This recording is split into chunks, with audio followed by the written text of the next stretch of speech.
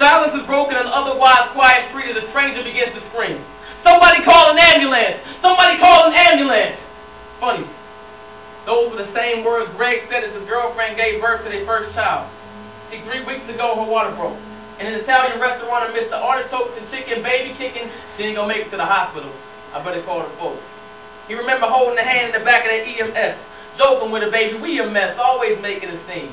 2 teens making a baby, 2 babies shaping a dream. Call it whatever you want to call it, but make sure you call it love. Greg pauses, taking a clean part of his shirt to wipe the perspiration from the pain and pushing, using his other hand to cushion her head. Remembering what his mama told him. You gotta breathe for me, baby. Breathe. Breathe. Breathe. Snap back to reality. Greg's voice is suddenly replaced by another man saying the same thing, only it's Greg on his back, trying to capture his breath, but he can't. Once inhaled deep, but can only manage to pant. Feels so tired. Don't know why it seems he's so fatigued in his so fatigued shirt, but it hurts. Wants to close his eyelids, but the man won't let him. Putting pressure on his chest, begging him, stay with me, Greg. Stay with me, Greg. Stay with me. Damn. Those were some of the last words he ever heard from his baby girl. And she pleaded for him to return to bed. Fuck that nickel and dime job, Greg. You don't need it. You can find something better. But that's all he can find at the time. His family needs the cheddar. So we continue putting on his sweater, met her halfway for a kiss and said, as long as I'm alive and there's life in me, I'm going to do whatever it takes to feed my seed and my wife to be. And working these long hours, an extra couple shifts means an extra couple gifts under the Christmas tree, and so be it. Says, I love you. Lauren does not repeat it. So they part ways. Both upset. 15 minutes later, he gets to the bus stop. 5 minutes after that, a man in a hoodie approaches. Semi-auto cop screaming, give me all you got. Give me all you got. Give me all you got. One paramedic yells to another shortly before the shot. Boom.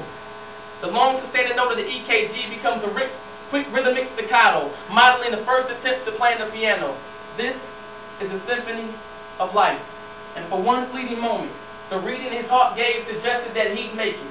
At least until he started feeling weak. From excessively bleeding, the beeping accelerated, his pulse started receding, breathing, labored. Greg fights to hold on to breath. The same way he fought to hold on to that locket on his cleft, risking death just 43 minutes earlier. In it was a picture of his 3-week-old daughter, proud father. He saw the gun barrel, freshly drawn from thief's apparel. Knew his life was in peril. Offered to thief his watch, wallet, everything in pocket, but when a hand reached for the locket, he blocked it. Gun already cocked, it went off as he fought. His body went soft, 3 bullets to the chest. Rocked it. These are some of the last memories as his Emery shell failed him, and that EMT held him. Just 15 minutes walking distance down the road at his home, his girlfriend Lauren says in a sarcastic tone, sometimes I could just kill that nigga. Not knowing that was the last time she or her baby daughter would ever feel that figure in their life again. Feeling bad, she calls him on a cell phone to apologize, but only gets the voicemail. Meanwhile, this faithful man, committed provider, and loving father dies. And the moral of the story is, you should tell someone you love them while you can, because you never know if it's the last time you're going to see them. Greg goes limp. Time of death, 11:59 p.m.